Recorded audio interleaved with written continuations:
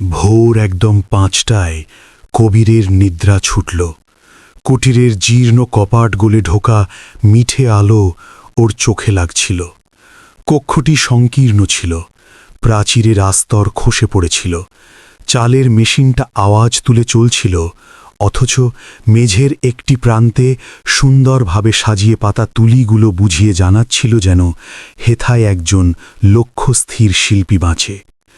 কবির নেমেই প্রাচীরে ঝলানো ওর বাবার পোর্ট্রেটের পানে চাইল, করযুক্ত রূপে শ্রদ্ধা জানাল ও ধীর স্বরে গাইল, পিতা আজ কেউ পাশে টিকো। অতঃপর ও দ্রুতগতিতে এগোল, কুয়ো হতে বাড়ি তুলে গা ধুল, ধোয়া তবে বিবর্ণ জামা চড়াল, ঝোলা পিঠে বাঁধল তথা রাস্তায় পা রাখল। মহল্লায় নিত্যদিনের ন্যায় ব্যস্ততা আরম্ভ ঘটে পড়েছিল।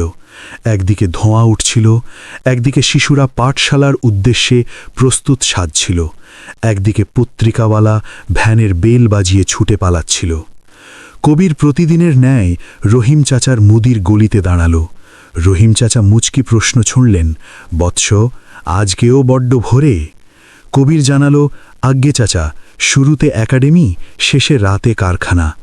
চাচা রুটি তথা একটু গুড় বাড়িয়ে ধরলেন। কবির কড়ি মেটাতে চাইলে চাচা শোনালেন, যেদিন মস্ত শিল্পী বনবি সেদিন চুকাস। কবির মুচকালো ও রুটি চিবিয়ে ট্র্যাম লাইনের পানে হেঁটে চলল। অন্যদিকে নগরের সর্বাধিক ধনী পাড়ার বিশাল প্রাসাদে যারা সেযাবৎ পালঙ্কে শায়িত। কক্ষে শীতাতপ ঘুরছিল, রেশমি ঝালর ঝোলানো ছিল, অদূরে পেল্লায় দর্পণ তথা চারধারে মহার্ঘ আসবাবপত্র। পরিচারিকা মহিলাটি ধীর স্বরে জানাল, মালকিন জাগিয়া বসুন, একাডেমির বেলা গড়িয়ে যাচ্ছে। যারা দিক পাল্টে শোনাল, কেবল 10 দণ্ড। অতঃপর আচমকা জেগে হাঁকল, এবেলা আনকোরা কুর্তি বাহির করো, তথা সেই লাল হিলটাও। অল্পক্ষণের ভেতরেই ওর মেঝেতে পোশাকের পাহাড় তৈরি হল। যারা নগরের জনৈক বিখ্যাত মন্ত্রীর একক কন্যা ছিল ও যাবতীয় বিনা আয়াসে আদায়কারী, ফলে ওর স্বভাব দাঁড়িয়েছিল যেন সমগ্র জগৎ ওর নির্দেশ মানবে।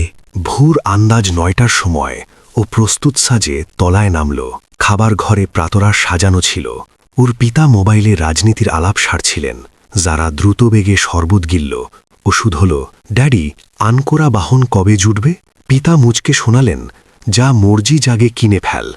যারা মুচকালো তথা প্রাঙ্গণে অপেক্ষারত থাকা ঝকঝকে বাহনে চেপে পড়ল। পথে ওর জোড়া সখীও বাহনে জুটল। ত্রয়ী হাসাহাসি জুড়তে জুড়তে একাডেমির পানে এগোল। অপরদিকে কবির ঠাসা ট্রামে ঝুলেছিল। জনতা গুঁতো মারছিল। কতিপয় জয়কার তরে ঝগড়াটে, কতিপয় যন্ত্রে তারস্বরে চিঁচিয়ে বুলি আওড়াচ্ছিল। কবির রড চেপে নির্বাকভাবে রাস্তার পানে চেয়েছিল। ওর মগজে একাডেমির ফি, চিত্রাঙ্কন তথা রাতের কারখানার চিন্তা পাক খাচ্ছিল। তৎসত্ত্বেও বদনে প্রতিদিনের ন্যায় স্থিরতা বিরাজমান। একাডেমিতে পা রাখতেই ফটকের প্রহরী হাঁকল, পৌঁছে গিয়েছে খাটিয়ে ছোকরা। কবির মুচকে সালাম ঠকল ও অন্দরে প্রবেশ করল। খানিকক্ষণ বাদে জারার বাহন ফটকে দাঁড়াল। চালক কপাট সরিয়ে ধরল। যারা মাটিতে পা রাখতেই যেন বা সকলের দৃষ্টি ওর পানেই সেটে রইল। মহার্ঘ কর্তি, লালচে হিল, অহংকারে পরিপূর্ণ পদক্ষেপ। ওর সখীরা পশ্চাতে হাঁটছিল। জনতা ওকে গিলছে, এমনটা জারার ভীষণ প্রিয় ঠেকত।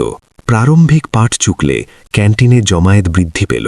কবির একটি প্রান্তে ঠেকিয়ে শরবতের পাশাপাশি খাতা আঁকছিল। অপর প্রান্তে যারা ওর সখীদের সাঙ্গপাঙ্গ অন্দরে ঢুকল। গল্প জুড়তে হাঁটতে হাঁটতে আচমকা ওর লাল হিলে বারান্দা হতে ছিটকানো রং মেখে বসল। যারা আটকে দাঁড়াল ও মেঝের পানে চাইল তথা ক্ষিপ্ত মেজাজে চেঁচাল, ওই ছোপ ওইখানে কেমনে ঢুকল? অতঃপর ও চারিপাশে খুঁজল। ঠিক তখনই ওর দৃষ্টি কবিরের গায়ে আটকাল। ও মুচকাল, যেন বা ও আনকোরা একটি পুতুল বাগিয়ে ফেলেছে। ও চড়া স্বরে ডাকল, শোনো হে ছোকরা, আগে ছোকরা, ওইদিকে চেয়েছ? হেথায় ছোট। সমগ্র ক্যান্টিন নীরব পাল্টে রইল। কবির ধীর গতিতে খাড়া পাল্টে টিকল ও জানাল, বলুন। যারা আপন হিল বাড়িয়ে ধরে শোনাল, মোর হিল মুছে দে। ওর সখীরা তারস্বরে খিলখিল জুড়ল। বহু পড়ুয়া সেলফোন বার করিয়া নিল। সকলের ধারণা জন্মাল, এক্ষুনি কবির বুঝিবার নীরবে সটকে পড়বে কিংবা ক্ষোভ দেখাবে। অথচ কবির নির্বিকার টিকল। যারা পুনরায় হাঁকল, চটপট সারো, মোর হাতে ফুরসত মিলবে না। কবির কিছুক্ষণ ওকে মাপল, অতঃপর তলায় নোয়াল, ঝুলি হতে আপন ধোয়া গামছা বার আনল। জারার চেহারায় বিজয়ের উল্লাস জেগে উঠল। কবির বড্ড নির্বিকারভাবে হিলে মাখা রং মুছে ফেলল, আশেপাশটা ঝকঝকে বানিয়ে ছাড়ল, তথা অতঃপর খাড়া পাল্টে টিকল। ও গামছা গুছিয়ে ঝুলিতে পুরল ও বড্ড ধীর স্বরে শোনাল, হিল পরিচ্ছন্ন পাল্টে গিয়েছে। ভবিষ্যতে যদি বা ফুরসত জোটে, আপন চরিত্রটাও পরিচ্ছন্ন বানিয়ে নিস মালকিন। কয়েক সেকেন্ডের তরে বোধ জাগল যেন বা কাল থেমে পড়েছে। অতঃপর পশ্চাৎ হতে একজন করতাল বাজাল, অতঃপর দোসর, তেসর ও পলকে পলকে সমগ্র ক্যান্টিন করতালিতে ফেটে চৌচির। জারার বদন রক্তিম পাল্টে গেল, ওর সখীরা ঘাড় নয়ে টিকে রইল। কবির কারোর পানে বিনা চেয়ে আপন ঝোলা তুলল, তথা প্রাঙ্গণে হেঁটে পালাল। ওর পদচারণায় বিন্দুমাত্র শঙ্কা মিলল না। যারা ক্ষোভে কাঁপছিল, ও চোয়াল শক্ত শোনাল। ওর এতটা স্পর্ধা কেমনে জন্মাল? ওর জনৈক সখী শোনাল, যারা ছাড়ো তো। যারা চেঁচিয়ে ফুসল, কাভি না, ও সকলের সম্মুখে আমায় বেইজ্জাত বানিয়েছে। অপরদিকে কবির স্টুডিওর পানে হাঁটছিল, যেন বা কিছুই ঘটেনি। সন্ধ্যা নামতে নামতে ওই দৃশ্য সমগ্র একাডেমিতে রটে গিয়েছিল। যাবতীয় মহলে কেবল একটি পরিচয় ঘুরছিল, কবির। যারা নিবাসে ফিরে ক্ষোভে সেলফোন ছুঁড়ে ভাঙল ও আপন পিতাকে শোনাল, সেই ছোকরাকে একাডেমি হতে খেদাতে চাই। পিতা রুক্ষস্বরে প্রশ্ন ছুড়লেন, পরিচয়? যারা শোনাল, কবির। অপরদিকে নিশীথে কবির আপন কুটিরে ঠেকিয়ে আঁকছিল। আচমকা যন্ত্রে অজানা ডিজিট হতে বার্তা ঢুকল, এবেলা তুই সঠিক কর্ম সেরেছিস, তবে সতর্ক থাকিস, যারা পরাজয় শিকারের মেয়ে না। কবির বার্তা গিলল, যন্ত্র ধারে সরাল ও খাতা মেলল। ও বুঝত না যেন প্রকৃত তুফান তো এক্ষুনি আরম্ভ ঘটতে নামবে। আগামী রোজ ভোরে একাডেমির আবহাওয়া ভিন্ন ছিল। যেইখানে জোড়া পড়ুয়া আটকে রয়েছিল, ওইখানে কবির তথা জারার আড্ডা আরম্ভ ঘটে চলল।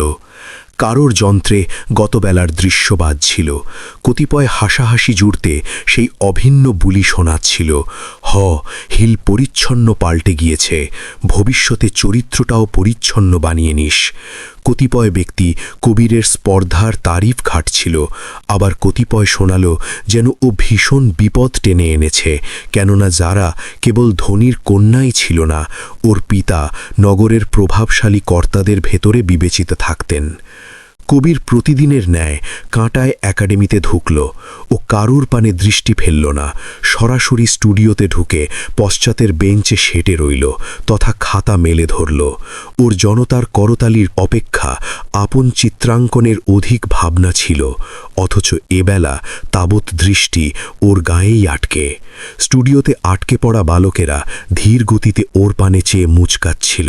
কতিপয় নারীও হতবাক রূপে ওকে গিলছিল।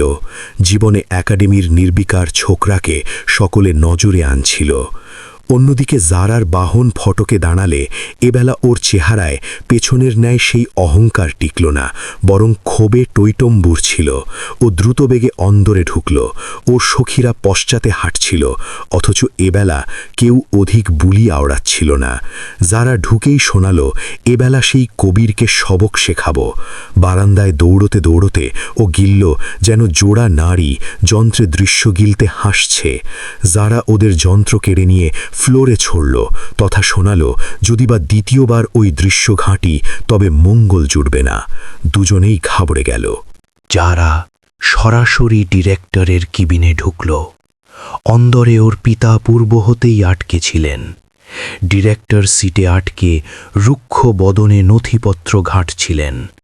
যারা সিট টেনে বসতে বসতে শোনাল, স্যার, সেই ছোকরা আমায় বেইজ্জত বানিয়েছে, ওকে এক্ষুনি একাডেমি হতে খেদিয়ে দিন।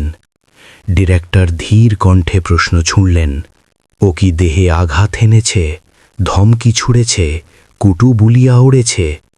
যারা কিছুক্ষণ নীরব ঠিকে শোনাল, না, অথচ সকলের সম্মুখে মুখে মুখে তর্ক জুড়েছে।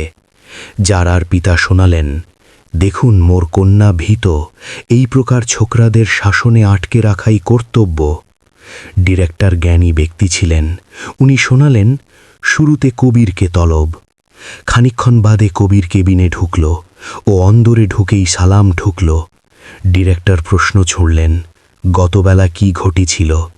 কবির বিন্দুমাত্র শঙ্কা বিনা যাবতীয় ঘটনা স্পষ্ট বুঝিয়ে দিল।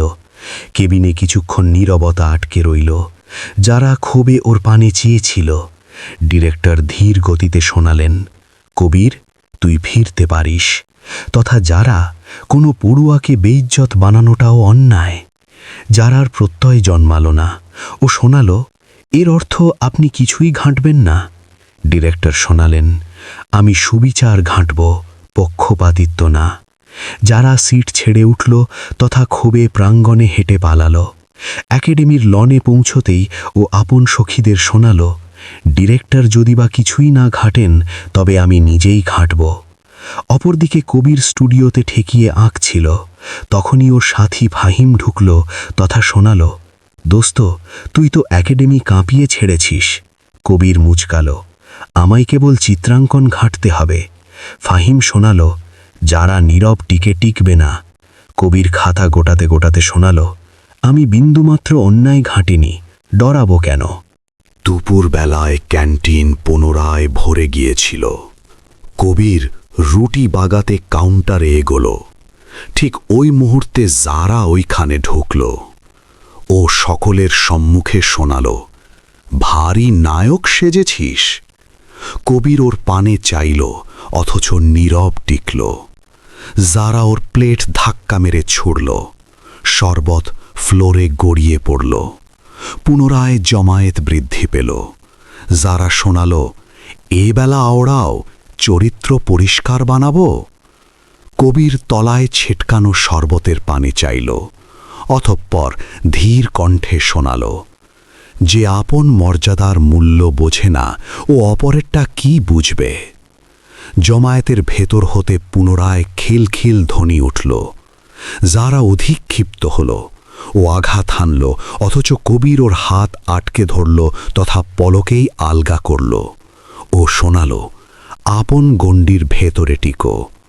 এই প্রথমবার কেউ যারাকে রুখেছিল। যারার নয়নে বাড়ি করিয়ে পড়ল, ক্ষোভের বাড়ি। ও ওইখান হতে দৌড়তে দৌড়তে পালালো। সন্ধ্যা নামতে নামতে একাডেমিতে ওই দ্বিতীয় কাহিনীটাও রটে গেল। এবেলা জনতা আওড়াচ্ছিল যেন কবির কেবল পড়ুয়াই নয়, বীরও বটে। অথচ সকলে বুঝত না যেন কবির ভেতর হতে ভীত ছিল। ওর শঙ্কা আপন মর্যাদা ঘিরে ছিল না, চিত্রাঙ্কন ঘিরে ছিল। যদি বা যারার পিতা বিন্দুমাত্র বাধা তৈরি ঘাটেন, তবে ওর অনুদান ঘুচে যেতে পারে। সন্ধ্যায় ও প্রতিদিনের ন্যায় বাজার রোডে অবস্থিত কারখানায় ডিউটি ঘাঁটতে ঢুকল। ম্যানেজার রহমান শোনালেন, বৎস, আজকাল তো তুই ভারী সেলিব্রিটি বনে গিয়েছিস। কবির মিঠে মুচকালো তথা ডিউটিতে আটকে পড়ল। রাতে কারখানা বন্ধ ঘটার বাদে ও কুটিরে ফিরল।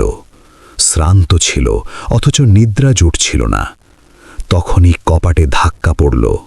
ও সরাতেই ঘিলল, সম্মুখে একাডেমির একটি নারী আটকে রয়েছে। সানা ও জারার সখী ছিল। কবির অবাক হল। সানা ধীর কণ্ঠে শোনাল, আমি অন্দরে ঢুকব না, কেবল একটি বার্তা ওড়াতে এসেছি। কবির শোনাল, আওড়াও। সানা ডানে বায়ে চেয়ে শোনাল, যারা ভীষণ ক্ষোভে আটকে। ওর পিতা কতিপয় ব্যক্তিকে লাগিয়েছেন। ওরা তোর বিষয়ে যাবতীয় খুঁটিনাটি ঘাটাঘাটি করছে। তুই কোথায় বাঁচে, কি ঘাটো, কোথায় ডিউটি ঘাটো। কবিরের বদন রুক্ষ পাল্টে গেল।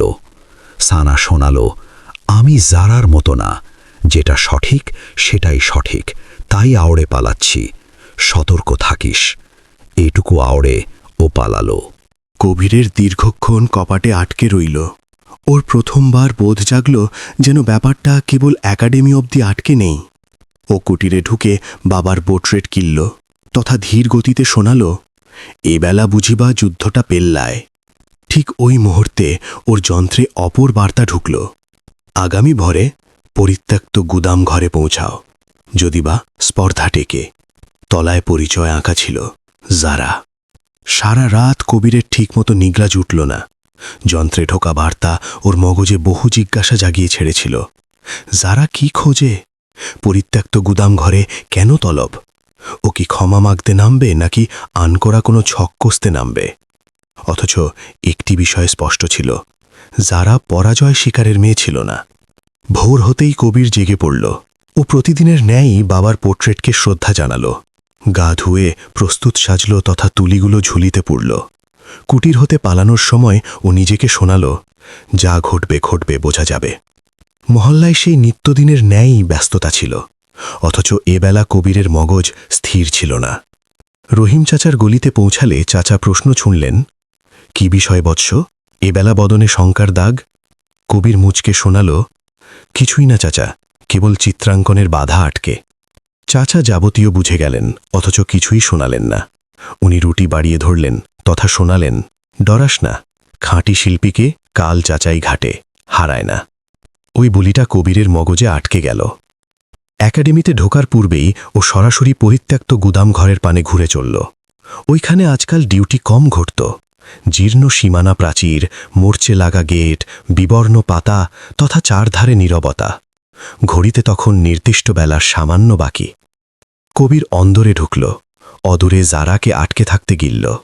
ও সাঙ্গপাঙ্গ জোড়া ছোকরাও ছিল, যাদের একাডেমির বালকের অপেক্ষা মস্তান অধিক বোধ জাগছিল। যারা কবিরকে ঢুকতে গিলল তথা মুচকাল। ওই হাসির পশ্চাতে ক্ষোভ আটকে ছিল। ও শোনাল, মোর বোধ জেগেছিল তুই ডরে পালাবি। কবির ধীর কণ্ঠে শোনাল, যে অন্যায় ঘাটেনি ওর ডরানোর কি আটকে? যারা করতাল বাজিয়ে খিলখিল জুড়ল তথা শোনাল, ভারী পেল্লায় দেল্লায় বুলি আওড়াস।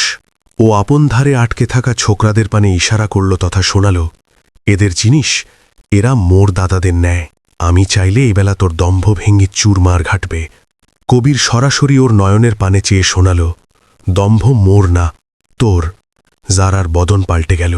ও চড়া কণ্ঠে শোনাল, গতবেলা হতে একাডেমিতে সকলে আমায় গিলে হাসছে, তুই মোর মর্যাদা ফ্লোরে ছুড়ে দিয়েছিস। কবির শোনাল, মর্যাদা অপর কেউ তলায় নামায় না, মানুষ নিজেই আপন মর্যাদা খোয়ায়। যারা কিছুক্ষণ নীরব টিকল। ওর বুঝিবা ভরসা ছিল না যেন কবির হেথায়ও এতটা নির্বিকারভাবে জবাব ছড়বে। অথপ্পর পকেট হতে একটি পাতা বাড়ানল তথা কবিরের পানে বাড়াল, এতে আঁক, যেন তুই গতবেলা যা আওড়েছিস তার তরে ক্ষমা মাগছিস, তথা মেনে নিচ্ছিস যেন তুই মিথ্যে আওড়েছিলি। কবির পাতাটা ধরল, গিলল তথা ছিঁড়ে বাতাসে ছুড়ল। যারা ক্ষোভে কাঁপতে শুরু করল। ও ধারে আটকে থাকা ছোকরাদের শোনাল, বাগাও ওকে। দু ছোকরাই এগোল। একজন কবিরের শার্ট বাগানোর চেষ্টা ঘাটল, অথচ কবির পিছিয়ে গেল। অপরজন গুঁতো মারল, কবির পড়ল না, নিজেকে আটকে নিল। ও শোনাল, দেহে আঘাত হানবি না, অথচ ওনা দুজরা পুনরায় এগোল। এমন মুহূর্তে পশ্চাৎ হতে আওয়াজ ঢুকল, থামো। সকলে ঘুরে চাইল। ওইখানে একাডেমির সিকিউরিটি চিফ আটকে ছিলেন, যিনি ভোরে হাঁটতে ঢুকেছিলেন। উনি রুক্ষ কণ্ঠে শোনালেন, এটা একাডেমি নাকি মস্তানির আখাড়া? যারা ঘাবড়ে গেল। দু ছোকরাই পলকে পিছিয়ে গেল। সিকিউরিটি চিফ কবিরের ধারে পৌঁছালেন তথা শোনালেন, তুই ঠিক আছিস? কবির মাথা নেড়ে সম্মতি জানাল। চিফ জারাকে শোনালেন, তোর পিতা ভীষণ পেল্লায় কর্তা টিকতে পারেন, অথচ হেথায় কানুন সকলের তরে অভিন্ন।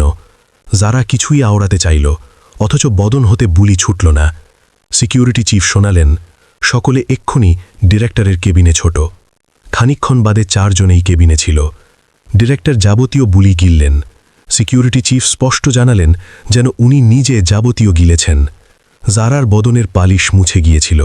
ডিরেক্টর রুক্ষ রায় শোনালেন, জারাকে 1 সপ্তাহের তরে বরখাস্ত ঘটানো হল, তথা যে ছোকরাদেরও ঢুকিয়েছিল ওদের তৎক্ষণাৎ প্রাঙ্গণ হতে খেদানো হল। কেবিনে নীরবতা আটকে রইল।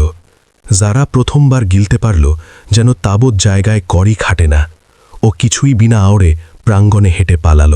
একাডেমিতে দৃশ্যটা হাওয়ার ন্যায় রটে গেল। এবেলা জনতা কেবল কবিরের বীরত্ব না, জারার বরখাস্ত ঘটার কাহিনীও আওড়াচ্ছিল। বহু পড়ুয়া প্রথমবার প্রকাশ্যে শোনাল যেন যারা দীর্ঘদিন ধরে সকলকে জ্বালিয়ে মারত। অপরদিকে কবিরকে জনতা হিরোর ন্যায় গিলতে আরম্ভ করেছিল, অথচ ওর ওসব প্রিয় ছিল না। ও সরাসরি স্টুডিওতে ঢুকল তথা আঁকতে বসে পড়ল। ফাহিম ওইখানে ঢুকল তথা শোনাল, দোস্ত, এবেলা তো পুরাণ ঘটে গেল। কবির খাতা হতে দৃষ্টি বিনা তুলেই শোনাল, পুরাণ না, কেবল খাঁটিটা জিতে গেল। সন্ধ্যায় ও যখন কারখানায় ঢুকল তখন রহমান ওর পিঠ চাপড়ে দিলেন। বৎস, শিল্পী পেল্লায় কড়ি দিয়ে টেকে না, মর্যাদা দিয়ে টেকে। রাতে কুটিরে ফিরে কবির আঁকছিল, এমন মুহূর্তে যন্ত্র বাজল। অজানা ডিজিট ছিল, ও ধরল। অপরদিকে কয়েক সেকেন্ড নীরবতা আটকে রইল। অতঃপর জারার স্বর বাজল। ও ধীর কণ্ঠে শোনাল, এবেলা যা ঘটেছে তার প্রতিশোধ আমি ঘাটব না। কবির নীরব টিকে রইল।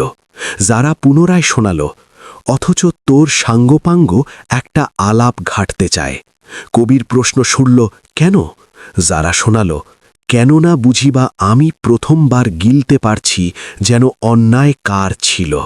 এটুকু আওড়ে ও লাইন কাটল। কবির দীর্ঘক্ষণ যন্ত্রের পানে চেয়ে রইল। যে নারীর কণ্ঠে সর্বদা দম্ভ টিকত, এবেলা ওইখানে জ্বালা ছিল। ওর বোধ জাগল কাহিনী এবেলা আনকোরা মোড় ঘাটতে চলেছে, অথচ ও বুঝত না যেন জারার জীবনের সর্বাধিক পেল্লায় রহস্য এখনও প্রকাশ্যে আসা আটকে। আগামী রোজ ভোরে কবির পূর্বের অপেক্ষা অধিক দ্বিধায় ছিল। যারা রাতের কলটা ওর মগজে পাক খাচ্ছিল। ও কি সত্যিই পাল্টাচ্ছে, নাকি এটা আনকোরা কোনো ছক? ও নিজেকে বোঝালো যেন যাই ঘটুক না কেন সতর্ক টেকা জরুরি। প্রতিদিনের ন্যায় ও দ্রুত বেগে জাগল, কুটির পরিচ্ছন্ন বানালো, বাবার পোর্ট্রেটকে শ্রদ্ধা জানালো তথা আঁকতে বসে পড়ল। খানিকক্ষণ বাদে একাডেমির তরে পালানোর সময় সমগ্র পথে জনতা ওকে চিনে তাকাতে শুরু করল। এবেলা ওর পরিচয় গোটা একাডেমিতে রটে গিয়েছিল। বহুজনই ওকে সম্মান জানাচ্ছিল। কেউ মুচকে বুড়ো আঙুল দেখাচ্ছিল, কেউ ধীর গতিতে শোনাচ্ছিল, দোস্ত, তুই কামাল করে ছেড়েছিস। কবির কেবল হালকা মাথা নেড়ে এগিয়ে চলছিল। ওর খ্যাতির দরকার ছিল না, ওর কেবল আপন লক্ষ্যের দরকার ছিল। একাডেমিতে পৌঁছতেই ফাহিম দৌড়ে ঢুকল তথা শোনাল, দোস্ত, এবেলা একটি পেল্লায় চমক আটকে। কবির প্রশ্ন ছুড়ল, কি ঘটল? ফাহিম শোনাল, যারা একাডেমিতে ঢুকেছে, অথচ ও তো বরখাস্ত। কবির চমকে উঠল। দুজনেই মূল ভবনের পানে এগোল। ওইখানে জমায়েত বৃদ্ধি পেয়েছিল। মাঝখানে যারা আটকে ছিল। এবেলা ওর সাঙ্গপাঙ্গ না ছিল কোনো সখী, না ছিল বাহনের অহংকার, না বদনে কোনো দম্ভ। ও সাধারণ পোশাকে ছিল, তথা প্রথমবার ওকে একেবারে অন্যরকম বোধ জাগছিল। পড়ুয়ারা হতবাক রূপে ওকে গিলছিল। যারা কবিরকে ঢুকতে গিলল তথা সরাসরি ওর পানে এগিয়ে চলল। জমায়েত একদম নীরব পাল্টে গেল। সকলের ধারণা জন্মাল এক্ষুনি পুনরায় ঝগড়া বাঁধবে। যারা কবিরের সম্মুখে দাঁড়াল। কয়েক সেকেন্ড নীরব টিকল। অতঃপর সকলের সম্মুখে শোনাল, মোর তোর সাঙ্গপাঙ্গ আলাপ আটকে। কবির ধীর কণ্ঠে শোনাল, হেথাই আওড়াও। যারা তলায় দৃষ্টি নামিয়ে নিল। ও ধীর গতিতে শোনাল, সকলের সম্মুখে আমি যা ঘটেছি তা অন্যায় ছিল। জমায়েতের ভেতর ফিসফিসানি আরম্ভ ঘটে চলল। কারোর প্রত্যয় জন্মাল না যেন যারা ক্ষমা মাগার ন্যায় বুলি আওড়াবে। যারা দীর্ঘ শ্বাস টানল তথা শোনাল, আমি তোকে ভিখারি গিলে ছোট ঘটেছি। মোর বোধ জেগেছিল কড়ি ছড়িয়ে সকলকে ঘাড় নোয়াতে বাধ্য ঘটানো খাটে, অথচ আমি ভুল ছিলাম। সমগ্র প্রাঙ্গণে নীরবতা রটে গেল। কবির কিছুই শোনাল না। যারা পুনরায় শোনাল, আমি ক্ষমা মাগতে ঢুকেছি। এটুকু আওড়ে ও সকলের সম্মুখে কর যুক্ত করল। জমায়েতে আটকে থাকা পড়ুয়ারা হতবাক পাল্টে গেল। যে নারী কবি কাউকে সোজা জবাব ছড়ত না, ও এবেলা সকলের সম্মুখে ঘাড় নোয়ায় আটকে ছিল। কবির ধীর গতিতে শোনাল, ক্ষমা বলিতে না, চরিত্রে প্রমাণ মেলে। যারা মাথা নাড়ল তথা শোনাল, এই কারণেই আমি খাঁটিটা আওড়াতে ঢুকেছি। সকলের দৃষ্টি ওর গায়ে আটকে গেল। যারা শোনাল, আমায় যেমন গিলতে খাটে, মোর জীবনটা তেমন না। মোর নিবাসে কড়ি আটকে, অথচ স্থিরতা নেই। মোর পিতা আমায় কন্যা না, আপন দম্ভ গিলে টিকেন। শৈশব হতে আমায় এটাই গিলানো ঘটেছে যেন, যাকে ভীরু গিলবে ওকে চেপে মারো, যে ঘাড় নোয়াবে না ওকে চুরমার ঘাঁটো। আমি সেটাই বনে গিয়েছি যা আমায় বানানো ঘটেছে। ওর নয়নে বাড়ি গড়িয়ে পড়ল। ঠিক তখনই পশ্চাৎ হতে তারস্বরে আওয়াজ ঢুকল, জারা! সকলে ঘুরে চাইল। জারার পিতা ক্ষোভে একাডেমির অন্দরে ঢুকছিলেন। সাঙ্গপাঙ্গ জোড়ার রক্ষীও ছিল। উনি ঢুকেই শোনালেন, তুই হেথায় নাটক ঘাটছিস? জারা ঘাবড়ে গেল। উনি কবিরের পানে চেয়ে শোনালেন, তুই মোর কন্যার মগজ বিগড়েছিস। কবির কিছুই আওড়ানোর পূর্বেই জারা সম্মুখে এগিয়ে চলল। ও প্রথমবার ওর পিতার সম্মুখে চড়া কণ্ঠে শোনাল, না, মগজ বিগড়েছিলেন আপনি। ও সঠিক ঘাটেছে। সমগ্র প্রাঙ্গণ হতবাক পল্টে গেল। জারার পিতা চেঁচিয়ে ফুঁসলেন, জারা! জারা শোনাল, ব্যাস, ভবিষ্যতে আমি আপনার ন্যায় কাউকে ছোট ঘাঁটব না। ওর চেহারায় ক্ষোভ স্পষ্ট গিলতে খাটছিল। উনি রক্ষীকে ইশারা ঘাঁটলেন, একে নিবাসে টেনে চলো। যারা পিছিয়ে গেল তথা শোনাল, আমি কোথাও পালাব না। ঠিক তখনই ডিরেক্টর তথা কতিপয় মেন্টর ওইখানে পৌঁছে গেলেন। ডিরেক্টর রুক্ষ কণ্ঠে শোনালেন, এটা একাডেমি, হেথায় কোনো জোর জুলুম খাটবে না। জারার পিতা শোনালেন, আপনি বোঝেন না আমি কে? ডিরেক্টর ধীর কণ্ঠে শোনালেন, তথা আপনি বুঝিবা হারিয়ে ফেলেছেন, যেন বিদ্যার জায়গাতে কড়ি তুচ্ছ পল্টে যায়। জমায়েতের ভেতর করতাল বেজে উঠল। জারার পিতা প্রথমবার একা আটকে গেলেন। উনি ক্ষোভে জারার পানে চাইলেন তথা শোনালেন, যদি বা এবেলা নিবাসে না ফিরিস, তবে এই নিবাসের সাঙ্গপাঙ্গ তোর বন্ধন খতম। জারার নয়নে বাড়ি ছিল, অথচ কণ্ঠ রুক্ষ ছিল। যদি বা বন্ধনটা কেবল শঙ্কার গায়ে আটকে টেকে, তবে খতম ঘটাই মঙ্গল। এটা গিলে সমগ্র আবহাওয়া পল্টে গেল। ওর পিতা কিছুই বিনা আওড়ে ঘুরলেন তথা পালালেন। জারা ওইখানেই আটকে কাঁপছিল। কবির প্রথমবার ওর বদনে দম্ভ না, জ্বালা গিলতে পেল। ও শোনাল, ভবিষ্যতে কি ঘাটবি? জারা নয়ন মুছল তথা শোনাল, প্রথমবার আপন জীবন আপন ন্যায় বাঁচব। ফাহিম পশ্চাৎ হতে আওড়ে উঠল, বাহ! বহু পড়ুয়া করতাল বাজাতে আরম্ভ করল। যারা কবিরের পানে চাইল তথা শোনাল, তুই আমায় হারাসনি, জাগিয়ে ছেড়েছিস। কবির মিঠে মুচকাল। সেই বেলার বাদে একাডেমির যাবতীয় পল্টে গেল। জারা লোক দেখানো স্বভাব মুছে ফেলল। সাধারণ জীবনযাপন আরম্ভ করল। জনতার সাঙ্গপাঙ্গ, মর্যাদার সাঙ্গপাঙ্গ আলাপ জুড়তে লাগল। অথচ কাহিনী হেথাই খতম ঘটেনি। সেই বেলা সন্ধ্যায় কবির একটি পাতা পেল, যাতে আঁকা ছিল, তোর প্রকৃত যাচাই এবেলা আরম্ভ হল। জারার পিতা এতটা বিনা আয়াসে পরাজয় শিকারের ব্যক্তি না। তলায় কোনো পরিচয় ছিল না। কবির পাতাটা ভাঁজ করল, তথা বুঝে গেল যেন তুফান এখনো আটকে আছে। সেই নিশীথে কবির দীর্ঘক্ষণ নিদ্রা গিলতে পারল না। জারার পাল্টানো স্বভাব ওকে অবাকও ঘাঁটেছিল তথা ভাবনায়ও ফেলে দিয়েছিল। যে নারীর বদনে সর্বদা দম্ভ টিকত, ও এবেলা সকলের সম্মুখে চুরুয়ার পাল্টে খাঁটি বুলিটা আওড়ে দিয়েছিল। অথচ ওর অপেক্ষাও অধিক ভয়ানক বিষয় ছিল ওই অজানা পাতাটা, যাতে আঁকা ছিল যেন প্রকৃত যাচাই এবেলা আরম্ভ ঘটবে। কবির বুঝত যেন পেল্লাই কর্তারা বিনা আয়াসে পরাজয় গিলে না। ভোরেও যখন জাগল, গগনে মিঠে মেঘ ছিল।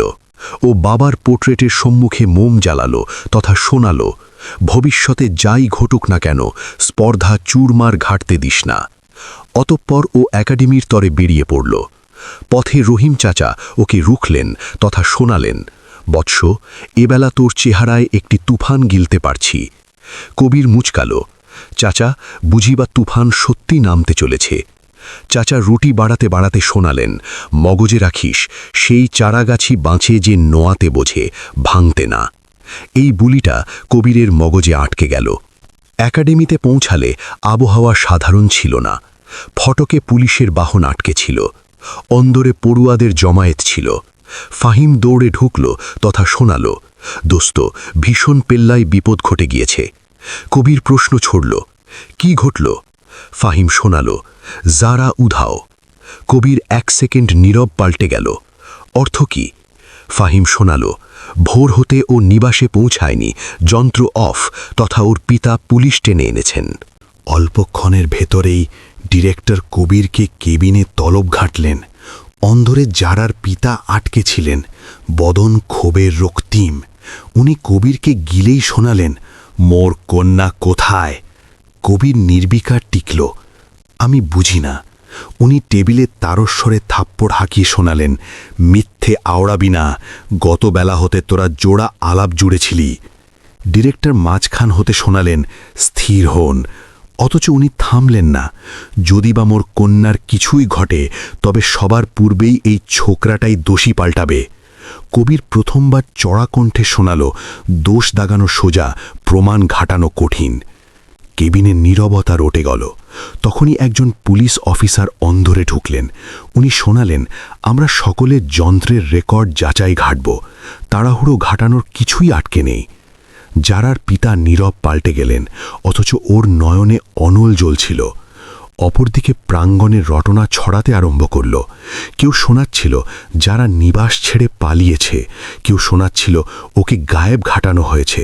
কতিপয় ব্যক্তি কবিরের পরিচয়ও আওড়াচ্ছিল। কবিরের প্রথমবার বোধ জাগল যেন খাঁটি আওড়ানো শিল্পী কতটা দ্রুত সন্দেহের নিশানায় আটকে দাঁড়ায়।